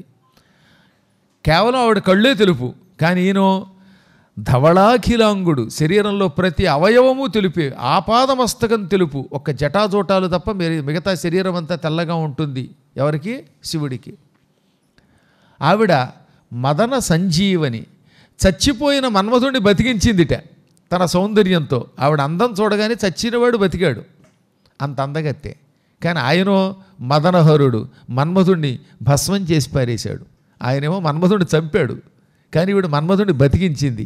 ఎవరు గొప్ప అని చెప్పకుండా చెప్పడం, మా అమ్మే గొప్పదని చెప్పడం. ఎప్పుడు ఏమిటో తెలియదు, అయ్యవారి కంటే అమ్మవారి మీద ఎక్కువ ప్రేమ ఉంటుంది సహజంగా భక్తులకి. ఇద్దరూ ఒక గొప్పతనం. ఆయనేమో కామాన్ని జయించాడని ఒక అర్థం, ఆ చచ్చిపోయిన మరదనుడిని బతికించింది ఆవిడ. ఆవిడ నాగేంద్రని భయాన, అంటే గజగమన. నాగము అంటే ఏనుగు, నాగేంద్రం అంటే గజేంద్రం. పూర్వం ఆడవాళ్ళు ఒయ్యారంగా చక్కగా నడిచేవారు. ఆ నడకలు చూసి గజగమన అనేవారు అన్నమాట. అంటే లావుగా ఉన్నవాడిని కష్టమా, గజలక్ష్మి నడిచిందని కదా అక్కడ. ఆ నడకలో ఒక టీవీ, ఒయ్యారంగా నడిస్తే, ఏనుగు నడిచినట్టుగా నడిస్తే ఆ నడకను ఉత్తమమైన నడక అనేవారు. అందుకేగా మన వాళ్ళు ఒక పాట కూడా రాశారు, సామజవర గమన. సామజం అంటే ఏనుగు, ఏనుగు వలె శ్రేష్టమైన నడక కలిగినదానా. ఎంత అద్భుతమైన పాట. అందువల్ల సామజవరగమన అనే పదంలోనే ఆడవాళ్ళ నడక ఎలా ఉండాలో చెప్పేవారు. ఇప్పుడు కొంతమంది సామజంలాగే నడుస్తారు, ఢామ్ ఢామ్ అని మెట్ల మీద నడిచారా, మెట్లు కూడా ఊడి కింద పడతాయి. అలా కాకుండా వయ్యారంగా నడుస్తున్నది. కానీ ఆయన, ఆవిడేమో నాగేంద్రుని భయానైతే ఈయన నాగకొండలధారి, చెవులకి నాగేంద్రుని కుండలాలుగా ధరించాడు. సాధారణంగా మనం బంగారపు కుండలాలు ధరిస్తాం, ఆయన మాత్రం పాములనే చెవులకు కుండలములుగా ధరించాడు. ఆవిడ భువన మోహన గాత్ర, ఆవిడ శరీరం ఎటువంటిది, ప్రపంచంలో ప్రతి ప్రాణిని ఆకర్షించే పరమ సౌందర్యం, సమస్త భువనములను ఆకర్షించే సౌందర్యం ఆవిడది. ఆయన భువన భర్త, సమస్త లోకాలకి అధిపతి ఆయన. భువన కర్త కూడా, అన్ని లోకాలని సృష్టించినవాడు. ఆవిడ గిరిరాజ కన్యక. గిరి అంటే కొండ, కొండలకు రాజు ఎవరు? హిమాలయ పర్వతం. గిరిరాజ కన్యక అంటే హిమాలయ పర్వతం పుత్రిక, అందుకని హైమవతి అన్నారు, శైలజ అన్నారు. ఆవిడ పర్వతరాజు పుత్రిక. ఈయన పర్వతరాజు మీద పడుకుంటాడు, గిరిరాజ నిలయుడు. పర్వతము, కైలాస పర్వతం నివాసంగా కలిగినవాడు. ఆవిడ సర్వాంగ సుందరి, ప్రతి అవయవంలో సౌందర్యం ఉంటుంది. ఈయన సర్వగురుడు, అన్ని లోకాలకి తండ్రి. ఆవిడ గౌరీ, మొదట ఆవిడ. ఈయన శ్రీ విశ్వనాథుడు. గౌరీ శ్రీ విశ్వనాథుడు కనకరత్న పాదుకలు మెట్టి కాళ్ళకి తొడుక్కున్నారు పాదుకలు. ఆ పాదుకలు ఎటువంటివి? బంగారంతో తయారు చేయబడ్డాయి, రత్నములు తాపడం చేయబడ్డాయి. అందుకని కనకరత్న పాదుకలని ధరించి చట్టలు పట్టుకొని, ఒకళ్ళ చట్టాలు ఒకళ్ళు పట్టుకున్నారు, చట్టా పట్టాలు వేసుకున్నారంటే అదనమాట. చట్టలు పట్టుకోవడం అంటే ఈ చేతులు సంకలలా పట్టుకురావటం అనమాట. పూర్వం భార్యాభర్తల ఐకమత్యంతో ఇలా చట్టా పట్టాలు వేసుకుని వెళ్ళేవారు అనమాట. ఇప్పుడు ఎవరిదారు వాడిది. భార్య పక్కనే ఉంటుంది, భర్త పక్కనే ఉంటాడు, ఎవడు ఫోన్ వాడిది. టిక్ టిక్ నొక్కుంటూ 24 గంటలు. ఈ దిక్కుమాల ఫోన్లు వచ్చాక మొగుడు పిల్లలు మాట్లాడుకోరు, పిల్లలు మాట్లాడుకోరు, కూర్చుంటే ఆడుకునేవాళ్ళు లేరు. ఈవిడ పక్కనే, ఆయన పక్కనే ఉంటాడా. ఏం చేస్తున్నావు అంటుంది ఈవిడ. ఏం చేస్తాను మొహం అంటాడు ఈయన. మళ్ళీ ఈయన ఏమంట, కర్రీ పాయింట్కి వెళ్ళి అంటుంది ఆవిడ. ఇద్దరు పక్క పక్కన. పోనీ అది నోటితో చెప్పుకోరు, చివరికి మెసేజ్లు, వాట్సాప్లు, ఏం వాట్సాప్లో వీళ్ళ మొహం, వాట్సాప్ వాళ్ళ కళ్ళ తయారైంది చివరికి. అందువల్ల కళ్ళదోళ్ళు వచ్చేసి ఇలా ముసలాళ్ళు అయిపోయి చచ్చిపోతారు. 24 గంటలు చూస్తే కళ్ళు ఏమైపోతాయండి. ఒక కుర్రాడు బెంగళూరులో ఉన్నాడండి పాపం. ఆ కుర్రాడికి రెటీనా కూడా దెబ్బతినేసింది ఈ వాట్సాప్ల తోట వల్ల. ఆపరేషన్ చేశారు. కుంకం కళ్ళల్లోకి ఎడితే కూడా కళ్ళు పోయే స్థితి వచ్చింది. 24 గంటలు చూసేయకండి, ఉంది కదా అని ఫోను నా ఎల్లరా. అలా కాకుండా భార్యాభర్తలు ఇద్దరు ఇలా చట్టా పట్టాలు వేసుకుని రావాలి. ఉపన్యాసానికి చూస్తాను రేపటి నుంచి. ఏం చేయాలి? ఇలా చట్టా పట్టాలు వేసుకుని ఇక్కడ దాకా వచ్చాక వీళ్ళు ఇటు వాళ్ళు అటు కూర్చోండి. మళ్ళీ ఇక్కడ కూడా ఒకళ్ళు కూర్చుంటే వాడు వేణి విధానంలాగా ప్రయాగులోలాగా అది మళ్ళీ కష్టం. ఏదో ఒక్క నిమిషం కాబట్టి కూర్చోబెట్టి జడేశారు. ఇక్కడ పురాణం అయ్యేదాకా 2 గంటలు ఒళ్ళో కూర్చుంటే తర్వాత కాళ్ళు పోయినట్టే. కాబట్టి భార్యాభర్తలు ఐకమత్యంతో ఉండండి అని చెప్పారు. చట్టపట్టాలు వేసుకున్నారట. ఈ విధంగా చట్టాలు పట్టుకుంటూ వయ్యారంగా అక్కడికి వచ్చారు. మేము అక్కడ భోజనాలు చేస్తున్న వేదిక దగ్గరకు వచ్చి వెళ్ళిపోయారు. ఇంకా వేదవ్యాసుడికి భోజనం చేయబుద్ధి లేదు. ఇంకా అదృష్టం పెరుగన్నంలోకి వచ్చాడు కాబట్టి గొడవ లేకుండా పోయింది. ఎందుకంటే ఆ పరిస్థితి అలా ఉంది. తక్కిన పద్యాలు వింటే మనకు అర్థమవుతుంది ఎందుకు వ్యాసుడికి కూడా కొంచెం జడుపు వచ్చిందో.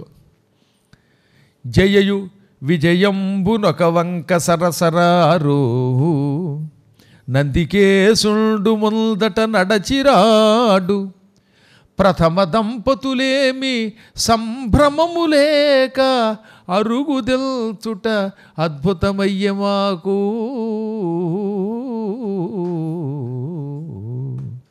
సాధారణంగా స్వామివారు ఎక్కడికైనా వెడితే జయ విజయ ఇద్దరూ రావాలి. అమ్మవారికి ఏమో ఆడవాళ్ళు, మగవాళ్ళకైతే జయుడు విజయుడు. వాళ్ళు లేరు, అంటే ముందు ఎవరూ లేరు. నందికేశుడు లేడు. కేవలం ఆది దంపతులు ఇద్దరే ఏ హడావిడి లేకుండా వచ్చేశారు. చూడండి ఇవాళ నా బతుకులాగా శిష్యులు చాలామంది ఉంటారు. వాడు ఒక తోట ఉంటాడు, వాడు 8ంటికి కానీ లేవడం, మిగతా వాళ్ళంతా ఇంకో తోట ఉన్నారు. చివరికి పాపం బెంగళూరు నుంచి వచ్చిన ఉదయుడే దిక్కయ్యాడు.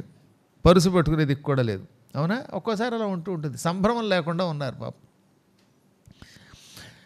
అలా ఇద్దరు హడావిడి లేకుండా వస్తూ ఉంటే వ్యాసుడు చకచకలు ఆడించేసి పెరుగన్నం చేతులు కడుక్కోవడానికి వెళ్ళిపోయాడు.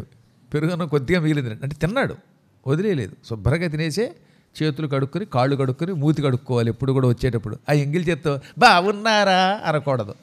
ఆ ఎంగిలి చేత్తో అలా అనడం, నోటితో పలకరించడం తప్పండోయ్.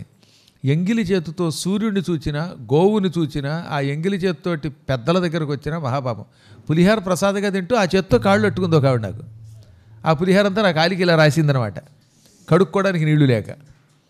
అదే కాబట్టి అవి చేయకూడదు. శుభ్రంగా కాళ్ళు చేతులు కడుక్కున్నాక అప్పుడు స్వామి దగ్గరికి వద్దాం అనుకుంటూ ఉంటే ఈయన గుండెల్లో బాంబు పడిపోయింది అప్పుడే. ఎందుకని? అమ్మవారు అయ్యవారు అక్కడ శుభ్రంగా కూర్చున్నారు ఏది సింహాసనం మీద. అమ్మవారి ముఖంలో కరుణ, అయ్యవారి ముఖంలో కోపం. కాశీని శాపం పెడతావట్రా అన్నట్టుగా చూస్తున్నాడు ఆయన. అందువల్ల ఏమైందనమాట, గౌరిల్ చూచిన ఎప్పుడంచిత మహాకారుణ్య సంపత్తియుల్ తారానాయక శేఖరుంగనిన ఉద్యత్క్రోధ సంరంభముల్ తోరంబై అప్పుడంతరంగముల సంతోషంబు సంత్రాసముల్ పూరించన్ వినుమేమి చెప్పుదు మహాపుణ్యాత్మ కుంభోద్భవా. గౌరీదేవిని చూచాను, ఆవిడ ముఖంలో కరుణ కనపడుతోంది. అమ్మ కదా, అందుకని ఎంతో ప్రేమగా నాయన పూర్తయిందా భోజనం అన్నట్టుగా చూస్తోంది. అమ్మయ్య అమ్మవారి ముఖం ప్రసన్నంగా ఉంది కదా అని ఇప్పుడు అయ్యవారికేసి చూడగానే అన్నట్టుగా చూశాడు ఆయన. 3వ కన్ను తెరవలేదు కానీ తెరిచినంత పని చేశాడనమాట. ఆయన ముఖంలో ఉజ్జత్క్రోధ సంరంభమును అంతకంతకీ ఉదయిస్తున్న పెరిగిపోతున్న కోపం అన్నమాట. ఉజ్జత్ అంటే ఉదయిస్తున్న, క్రోధ కోపము యొక్క సంరంభం కనబడుతోంది. కోపం అంతకంతకీ పుడుతోందనమాట. దాంతో ఈయనకి భయం వేసింది. అమ్మని చూద్దామా అయ్యని చూద్దామా, ఇద్దరిని చూడాలి కదా. అమ్మవారిని కాకబట్టి అయ్యవారికి దూరం చేసుకోలేము, అయ్యకి దండం పెట్టి అమ్మవారిని దూరం చేసుకున్న ప్రమాదమే కనుక. అందుకని అమ్మని చూస్తే ఆవిడ ముఖంలో ప్రేమ కనపడుతున్నది, స్వామివారిని చూస్తే కోపం కనపడుతున్నది. ఏకకాలంలో సంతోషము సంత్రాసము కలుగుతున్నాయి. అంటే అమ్మని చూస్తే సంతోషం, అయ్యవారిని చూస్తే భయం. త్రాసము అంటే భయం, సంత్రాసం మహాభయం కలుగుతోంది. ఆయన చూస్తే భయం వేస్తుంది, దగ్గరికి వెళ్తే తంతాడేమో అన్నట్టుగా. ఏకకాలంలో రెండూ కలిగాయి. ఇదంతా వ్యాసుడు చెప్తున్నాడు కదా, ఎవరికి? అగస్త్యునికి. ఎక్కడ? సంపర నుంచి ఈ ఓదూరు వస్తున్న మధ్యలో ఉన్న బిల్వవనంలో అన్నమాట. వస్తూ ఏమన్నాడు? ఈ కథ అంతా చెప్పి, కాశీలో నా కర్మగాలి 7 రోజులు తిండి లేకపోవడం ఏమిటి, 8వ రోజు నేను శాపం పెట్టాలనుకోవడం ఏమిటి, అమ్మవారు భోజనం పెట్టడం ఏమిటి, ఆ భోజనం చేస్తున్న చివరిలో ఆ ఇద్దరు వచ్చి వేదిక మీద కూర్చున్నారు. అమ్మవారిని చూస్తే ప్రేమ కనిపిస్తున్నది, అయ్యవారి దగ్గర కోపం కనపడుతున్నది, ఏకకాలంలో సంతోషం సంత్రాసం కలిగే. ఏం చెప్పమంటావు, నా బతుకలు అయిపోయింది అన్నాడు ఆయన. కాశీ విశ్వనాథునికి శుద్ధాంత కాంత, అంటే అంతఃపుర స్త్రీ. అంతఃపుర స్త్రీల జోలికి ఎప్పుడు వెళ్ళకూడదని శాస్త్రం. అమ్మవారు భార్య అయితే ఆవిడ అంతఃపుర స్త్రీ కాశీ అంటే. అందువల్ల అంటే మొత్తం వచ్చిన వాళ్ళందరినీ రక్షించేటటువంటి ఒక పెత్తనదారు అన్నమాట. అటువంటి ఆవిడ్ని శాపం పెట్టాలనుకోవడం నేను చేసిన పెద్ద పొరపాటే. సరే ఏం చేస్తాం, అందరం వెళ్ళాం, ఆయన కాళ్ళ మీద పడిపోయాం. వెళ్ళడంతో డామని కాళ్ళ మీద పడిపోయాడు, సాష్టాంగం పడిపోయాడు. ఎందుకంటే తాను చేసిన అపచారము తెలుసు, ఇప్పుడు శివుడు కోపగిస్తే ఏం జరుగుతుందో తెలుసు. ప్రపంచ ప్రళయకాలంలో 3వ కన్ను తెరిచి లోకాలని భస్మీపటలం చేసే మహానుభావుడు, ఏకైక లయకారకుడు, కరుణాస్వరూపుడైనప్పటికీ కఠినంగా శిక్షించేవాడు ఆయన.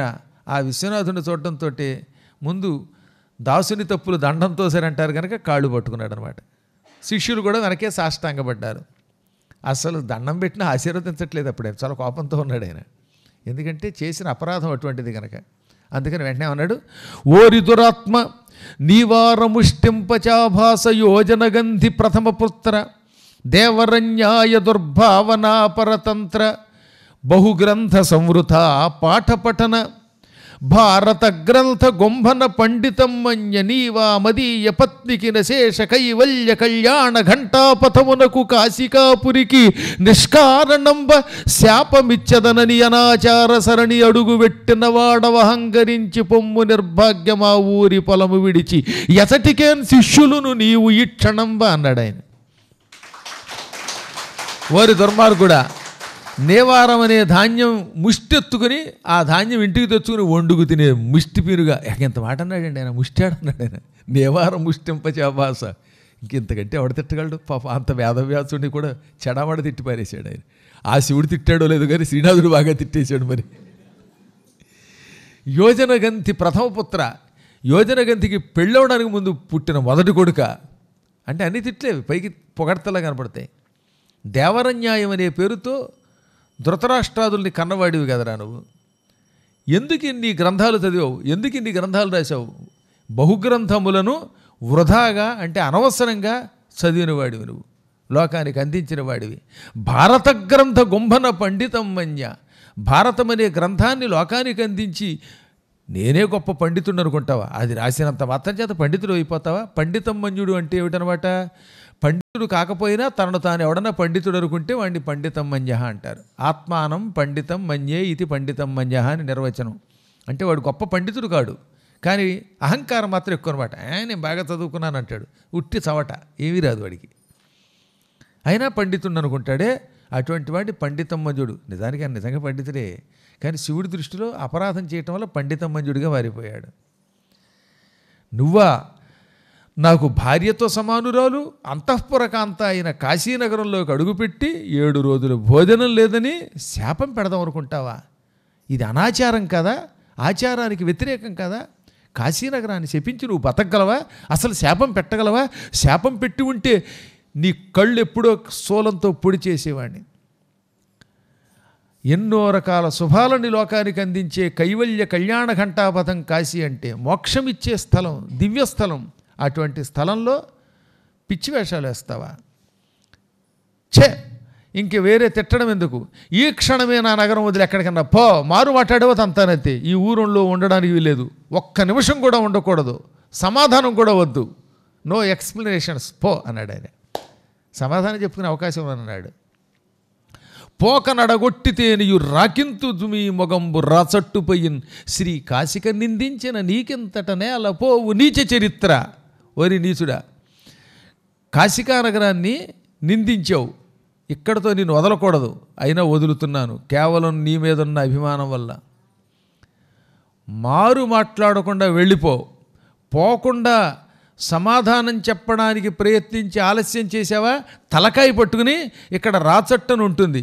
ఏది ఇందాక చెప్పాను కదా, బలి అన్నం పెట్టే ఆ పెద్ద రాయి, ఆ రాతి మీద నీ ముఖాన్ని బర్ర బర్ర బర్ర అరగదీస్తాను, ఆదివారం నాడు చేపలు అరగదీసినట్లుగా అన్నాడు. అయితే ఇంత రాకింతుదు మీ మొగంబు రాచట్టుపోయింది, ఇక్కడున్న పెద్ద రాతి మీద నీ ముఖాన్ని పట్టుకుని అరగదీసి కొడతాను, పట్టా పట్టా కొట్టి పారేస్తా, జాగ్రత్త ఆగావంటే అని ఈ విధంగా తిట్టేస్తుంటే ఏం మాట్లాడతాడండి? ఇంకా అసలు ఇంకా మాట్లాడే అవకాశం ఉంది.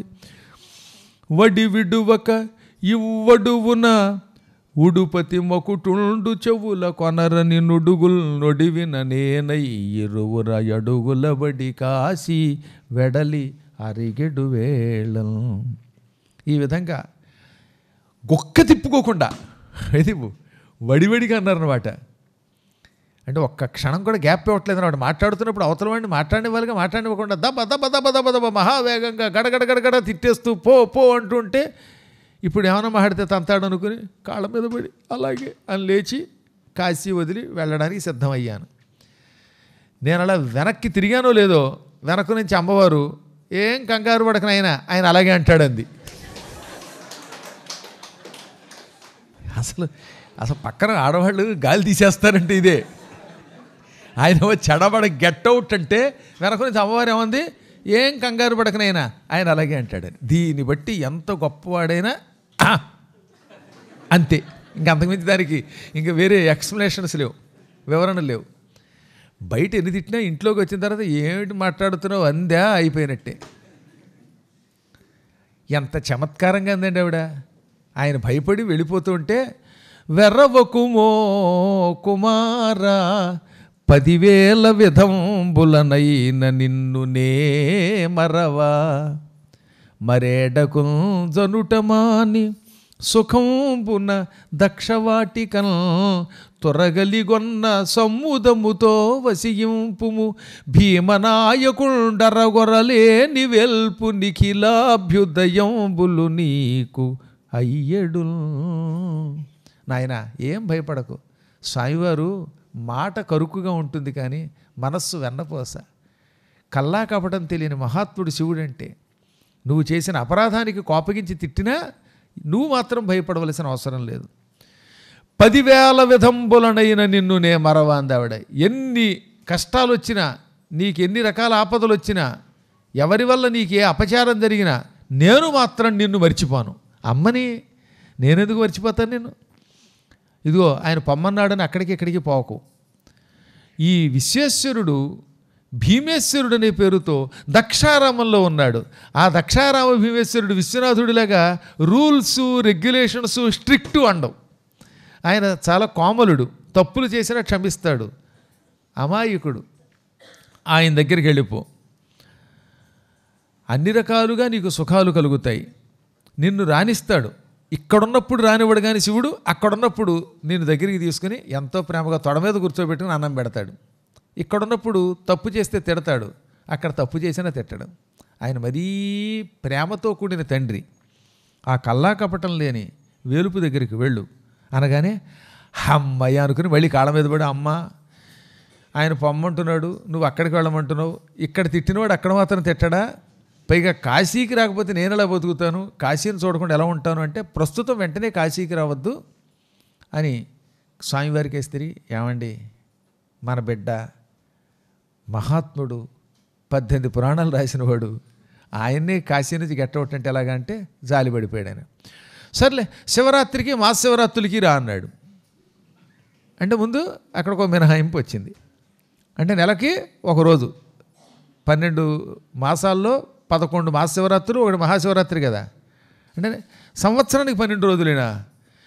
అంత కష్టపడి హైదరాబాద్ నుంచి ఫ్లైట్ టికెట్ చేసి వస్తే ఒక్కరోజు ఉండి వెళ్ళిపోతే ఎలాగా అనగానే సర్లే అయితే వరుసగా శివరాత్రికి ముందు రోజు, శివరాత్రి తర్వాత రోజులు, శివరాత్రితో కలిపేప్పుడు ఎంత అవుతుంది? 3 రోజులు ఉండన్నట్ట. మాసానికి 3 రోజులు అన్నాడు. అందుకే కాబట్టి గురువుగారు మార్చిలో 3 రోజులు పెట్టారు. అప్పుడు ఆయన 3 రోజులు అంటే ఎలాగండి, నేను నిత్యం నిన్ను చూడకుండా ఉండలేను అన్నాడు. అయితే ఓ పని చేయి, పర్వదినాలలో కూడా రా అన్నాడు. అంటే మకర సంక్రమణం, మేష సంక్రమణం, కర్కాటక సంక్రమణం, ఇలాంటి సంక్రమణాలు. అక్కడికి ఎంత అయింది? 12 సంక్రమణములు, 3 రోజులు ఇవన్నీ కలిపి మొత్తం మీద సంవత్సరం మీద నెలకి 4 రోజులు పెరిగింది. ఎందుకంటే సంవత్సరానికి 12 సంక్రమణాలు, నెలలో 3 రోజులు, వెరసి 4 రోజులు. ఇది కాకుండా ఏకాదశి వంటి శుభతిథుల్లో కూడా నానిచ్చాడు. మొత్తం మీద నెలకు వారం రోజులు ఏర్పాటు చేశాడండి. మంత్లీ వీక్ డేస్ అక్కడ ఉంటే ఆయన వీక్నెస్ పోతుంది. కేవలం వారం రోజులు కాశీలోకి అడుగు పెట్టడమే కాకుండా నిత్యం నిన్ను చూడాలంటే ఏం చేయాలని, కానీ బాబు నన్ను తినేస్తున్నావు నాయన, ఓ పని చేద్దాం, గంగానది అవతల ఒడ్డుకిరా, అక్కడ ఉండు, కాశీ వ్యాసకాశీ అని పెట్టాను, అక్కడికి వచ్చి నువ్వు కూర్చుంటే అక్కడికి వచ్చి నేనే నీ కోసం వచ్చి దర్శనం ఇస్తానన్నాడు ఆయన. చివరికి ఈయనే నెగ్గడం. వారం రోజులు ఇక్కడ ఉంటాడు నెలలో. మిగతా రోజుల్లో ప్రతిరోజు రాత్రిపూట 12 గంటలకి బయలుదేరి శివుడు గంగ దాటి అవతల ఒడ్డుకి వెళ్ళి, అక్కడ వ్యాసకాశి ఉంది చూశారు వీరంతా, కాశీ గంగ అవతల ఒడ్డున, అక్కడికి వెళ్ళి వ్యాసుడికి దర్శనమిచ్చి ఆయన నమస్కారాలు అందుకుని వచ్చేస్తాడట. ఇది అయినా వ్యాసుడికి లోపల బెంగొండిపోయింది. ఎందుకంటే వారం రోజులు ఉండడే కదా, మిగతా రోజులు కూడా ఉండాలి కదా, ఎప్పుడు కావాలంటే ఇప్పుడు వెళ్ళే అవకాశం లేదు కదా అనే బెంగతో, సరేలే కనీసం భీమేశ్వరుని చూసి తరిద్దామని భీమనాయకుని దగ్గరకు వచ్చాడు. ఇక్కడికి వస్తూనే ఏమనుకున్నట్టే, ఎప్పుడు భీమేశ్వరుని దర్శిస్తాను, కాశీలో ఉన్నంత పుణ్యం భీమేశ్వరుని చూస్తే వస్తుందా రాదా, అందరూ కాశీయే మోక్షభూమి అంటున్నారు, ఈ దక్షారామ భీమేశ్వరుడు కూడా అంత పుణ్యము అంత మోక్షం ఇస్తాడు లేదా అనే బెంగతోటి ఇక్కడికి వచ్చాను. ఇప్పుడు నీ దగ్గరకు వచ్చాక నాకు మనశ్శాంతి కలిగింది. నేను చేసిన పొరపాటు ఆవగింజ, కానీ పర్వతం అంత అపరాధం అయిపోయింది. ఒక్కోసారి పొరపాటు ఇంత చేసినా అది ఏమవుతుంది, కర్మగాలితే కొండంత అవుతుంది. చిన్న తప్పు పెద్ద అవ్వచ్చు. అనవధానత ఆవగింజంత సూవే పర్వతం బంత అవధాన భరము కొలిపి, పర్వతం బంత అపరాధ భరము గొలిపి, కాసి వెడలంగ మొత్తినగాసి బొంది తిరుగుచున్నాడనిదయేను దిక్కుమాలి. చేసిన పొరపాటు తప్పు ఆవగింజంత, కొండంత అపరాధం అయిపోయింది.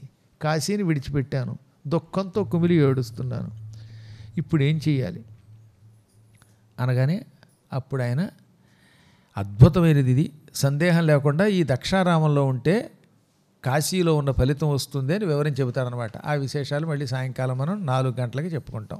ఇక్కడ నుంచి అక్కడున్న మహిమలు, అక్కడి నుంచి ఆయన త్రిపురాసురులు చంపిన ఘట్టాలు, ఇలా కొన్ని శివలీలలు ఉంటాయి. అవి విని తరించండి.